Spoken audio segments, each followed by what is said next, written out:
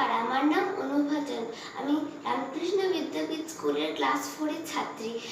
আমি সুকান্ত ভট্টাচার্যের লেখা ব্ল্যাক মার্কেট কবিতাটি আবৃত্তি করে শোনাচ্ছি। হাত করে মহাজন, হাত করে জোরদার, ব্ল্যাক মার্কেট করে ধনী রাম পোদ্দার। গরিব চাষিকে মেরে হাতখানা পাকালো, বালিগঞ্জেতে বাড়ি খান 6 হাঁকালো। কেউ নেই ত্রিভুবনে, নেই কিছু অভাবও, তবুও ছাড়লো না তার লোক মারা স্বভাব। একা থাকে তাই হরি, চাকরটা রক্ষী, ত্রিসীমানা মারায় না তাই কাকপক্ষী।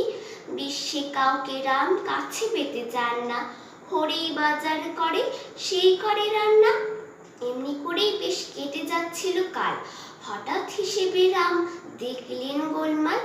বললেন চাকরকে, কি রে বেটা, কি ব্যাপার, এত টাকা লাগে কেন, বাজারেতে রোজগার আলো 3 টাকা সের, পটল 15 আনা, ভেবেছিস বাজারের কিছু বুঝি নেই জানা? রোজ রোজ চুরি তোর হতভাগা বজ্জাত, হাসছিস এক্ষুনি ভেঙে দেব সব দাঁত। খানিকটা চুপ করে বলল চাকর হরি, আপনারই দেখা দেখি ব্ল্যাক মার্কেট করি। নমস্কার।